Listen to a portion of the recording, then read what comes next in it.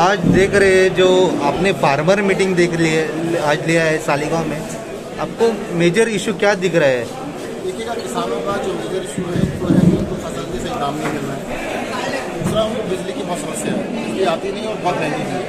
तो दोनों समस्याएं हैं। हमने कहा है कि किसान को आम आदमी पार्टी की सरकार बनेगी तो बिजली बिल्कुल मुफ्त मिलेगी और बाकी सभी लोगों को, जितने भी लोग हैं, 300 यूनिट फ्री। सर, फार्मर का इशू मेजर कौन सा दिख रहा है आपको? फार्मर कौन सा इशू फेस कर रहे हैं गोवा में? फार्मर का मैंने बताया 2 इशू लग रहे हैं। एक तो बिजली बहुत कम आती है और महंगी है, इसके साथ साथ दूसरा उनको लग रहा है उनको फसल के सही दाम नहीं मिल रहे हैं। तो दोनों चीज़ों का इशू है।